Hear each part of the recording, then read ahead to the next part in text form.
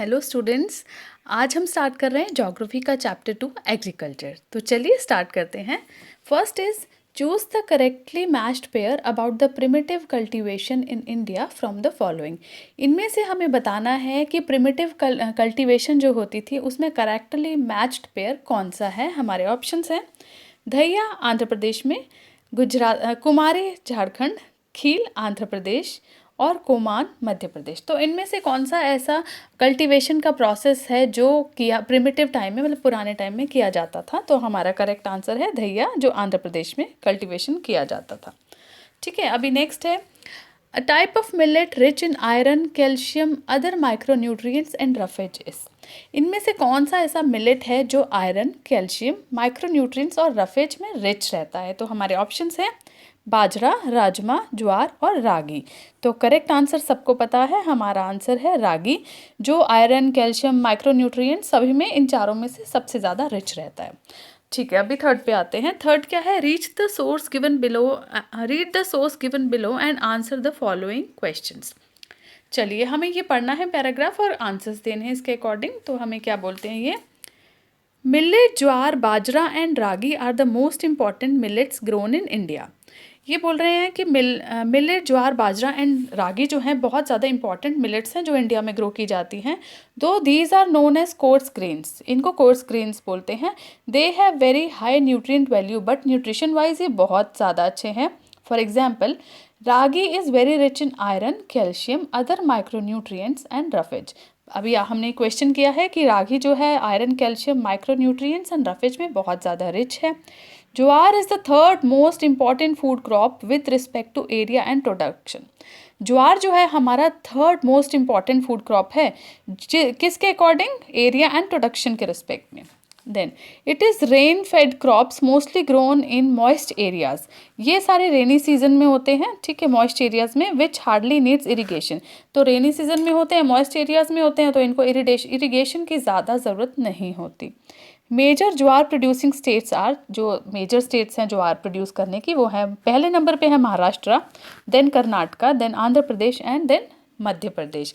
इन चार जगह पे हमारी ज्वार बहुत ज़्यादा होती है, जिनमें सबसे ज़्यादा इन्होंने बताई है, ये सीक्वेंस वाइज बताई है, Maharashtra, Karnataka, Andhra Pradesh and Madhya Pradesh.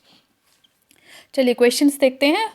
First question is jowar dash and ragi are important millets grown in India. Jowar dash and ragi, तो हमने तीन चीज़ों के बारे में पढ़ा है यहाँ, ज्वार, बाजरा एंड रागी। तो हमारा करेक्ट आंसर हुआ ऑप्शन ए, बाजरा। ठीक है, next question is which of the following millet is very rich in iron, calcium and micro nutrients. ये अभी हम पहले भी पढ़ चुके हैं, तो इसका करेक्ट आंसर है रागी। चलिए, थर्ड क्वेश्चन है which of the following states is the largest producer of jowar. इनमें से कौन सा ऐसा स्टेट है जो ज्वार का लार्जेस्ट प्रोड्यूसर है। ऑप्शंस हैं आंध्र प्रदेश, मध्य प्रदेश, कर्नाटका एंड महाराष्ट्र। अभी पीछे आपको बताया है हम लोगों ने कि Maharashtra is the largest producer of jowar. ये सब बाकी भी हैं, बट लार्जेस्ट इज महाराष्ट्र। तो option D is correct answer. Next question है jowar is the dash most important food crop with respect to area and production. तो कौन से नंबर पे आता है ये, हमारे ऑप्शन है फर्स्ट, सेकंड, थर्ड, फोर्थ। अभी हम लोगों ने लास्ट लाइन में पढ़ा है कि jowar is the third most important food crop with respect to area and production. तो करेक्ट आंसर क्या है, ऑप्शन सी। चलिए नेक्स्ट है which of the following states is the largest producer of maize. इनमें से कौन सा ऐसा स्टेट है जो मेज का लार्जर प्रोड्यूसर है।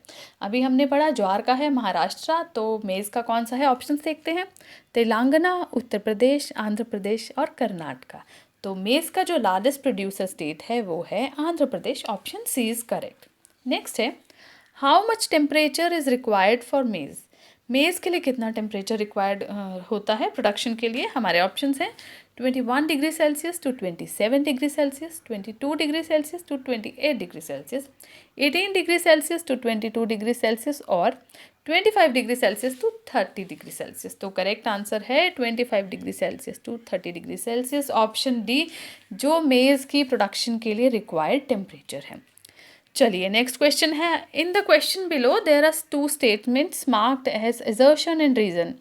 चलिए एजर्शन एंड रीजन देखते हैं। हम एजर्शन क्या दिया है, the cultivation of rice is a primary activity. ठीक है, ये प्राइमरी एक्टिविटी है, प्राइमरी सेक्टर में आता है, एग्रीकल्चर है, तो ये हमारा करेक्ट है कि राइस की कल्टिवेशन जो है वो प्राइमरी एक्टिविटी है। ठीक है, अभी हम रीज़न देखते हैं। When we produce a good by exploiting natural resources, it is an activity of primary sector. वो बोल रहे हैं कि जब भी हम कोई गुड प्रोड्यूस करते हैं बाय एक्सप्लॉइटिंग नेचुरल रिसोर्सेज को एक्सप्लॉइट करके, तो उस एक्टिविटी को प्राइमरी सेक्टर के अंडर आती है। तो ये भी हमारे एजर्शन एंड रीज़न दोनों ठीक हैं, बट क्या ये इसको एक्सप्लेन कर रहा है? चलिए देखें। The cultivation of rice is a primary activity because when we produce a good by exploiting natural, ठीक है, बिल्कुल सही बात है, ये एक्सप्लेन भी कर रहा है इसे। तो हमारे ऑप्शंस देखते हैं, both A and R true and R is correct explanation of A, ये हमारा राइट आंसर हो गया। Next, the main characteristics of commercial farming is, अभी वो बोल रहे हैं कि कमर्शियल फार्मिंग का जो मेन कैरेक्टरिस्टिक है वो क्या होता है? Options are, it is a practice, ठीक है, ये प्रैक्टिस है। Done with the help of primitive tools, नहीं, कमर्शियल तो फार्मिंग प्रिमिटिव टूल से पॉसिबल नहीं है। Use of higher doses of modern inputs, इसमें मॉडर्न इनपुट्स बहुत ज़्यादा यूज़ होता है। It depends on monsoon rainfall, ठीक है, ये मानसून की रेनफॉल पर डिपेंड करता है। और इट इज़ प्रैक्टाइज्ड विद फैमिली और कम्युनिटी लेबर, ये भी नहीं है। तो इसका मेन कैरेक्टरिस्टिक्स जो है कमर्शियल मीन्स जो हमने बहुत ही लार्ज स्केल में करना है, तो इसका मेन कैरेक्टरिस्टिक्स क्या रहेगा? Use of higher doses of modern inputs, इसमें मॉडर्न इनपुट्स का बहुत ज़्यादा यूज़ किया जाता है। चलिए अगला देखते हैं। The main factor that plays an important role in the development of plantation is, वो बोल रहे हैं कि कौन सा ऐसा मेजर फैक्टर है, किस फैक्टर का बहुत ही इंपॉर्टेंट रोल है जिससे प्लांटेशन डेवलप हो? हमारे ऑप्शंस है adequate and cheap labour, well developed network of transport and communication, high doses of biochemical inputs and irrigation.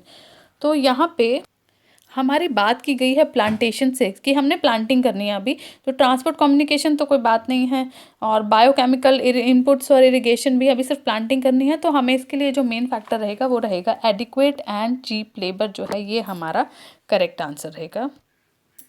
चलिए नेक्स्ट क्वेश्चन देखते हैं हम। Land productivity in primitive subsistence farming is low due to, जो पुरानी subsistence farming थी उसमें land productivity बहुत कम थी, क्या रीज़न था? हमारे ऑप्शंस हैं absence of fertilized and modern inputs, fertilizers और मॉडर्न इनपुट्स की बहुत कमी थी, था ही नहीं in fact, small land holdings, infertile soil, unfavourable climatic conditions, ये तो चीज़ें अभी भी कई बार हो जाती हैं। तो हमारा करेक्ट आंसर क्या हुआ? Absence of fertilized and modern inputs, option A is correct answer.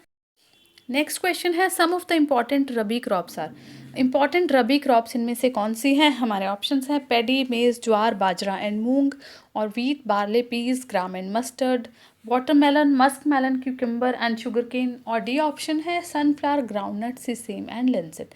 तो करेक्ट आंसर है हमारा option B, sorry, it's wheat, barley, peas, gram and mustard, जो हमारी इंपॉर्टेंट रबी क्रॉप्स हैं।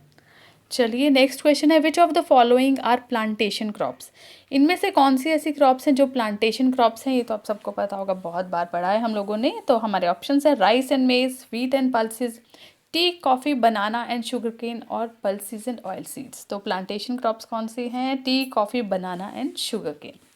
Next question is the 3 major cropping seasons of India are, India के major cropping seasons को क्या कहा जाता है? हमारे ऑप्शंस हैं औस, अमन, बोरो, रबी, खरीफ एंड जैद, बैसाख, पौष, चैत, या इनमें से कोई भी नहीं। तो correct answers option B, rabi, kharif and zaid are main cropping seasons of India. चलिए next question is the main food crop of kharif season is, kharif season जो है उनका मेन फूड क्रॉप क्या रहता है? ऑप्शन सी है राइस, ये सभी को पता है कौन सा रहेगा। तो खरीफ सीज़न का मेन फूड क्रॉप है rice. Next question, the main food crop of rabi season is, हमें खरीफ का पता है राइस, और रबी सीज़न का क्या है मेन? वीट।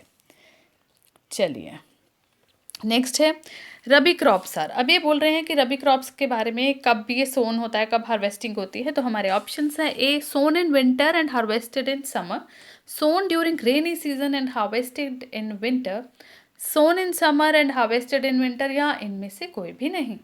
तो हमारा करेक्ट आंसर है रबी क्रॉप्स कब होती हैं? sown in winter and harvested in summers, ये हमारा करेक्ट आंसर है। चलिए नेक्स्ट है खरीफ क्रॉप्स आर ग्रोन इन, अभी पहले रबी क्रॉप्स की बात हुई थी, अब खरीफ क्रॉप्स पूछ रहे हैं, ये कब इनका सोइंग और ये सब क्या कब किया जाता है?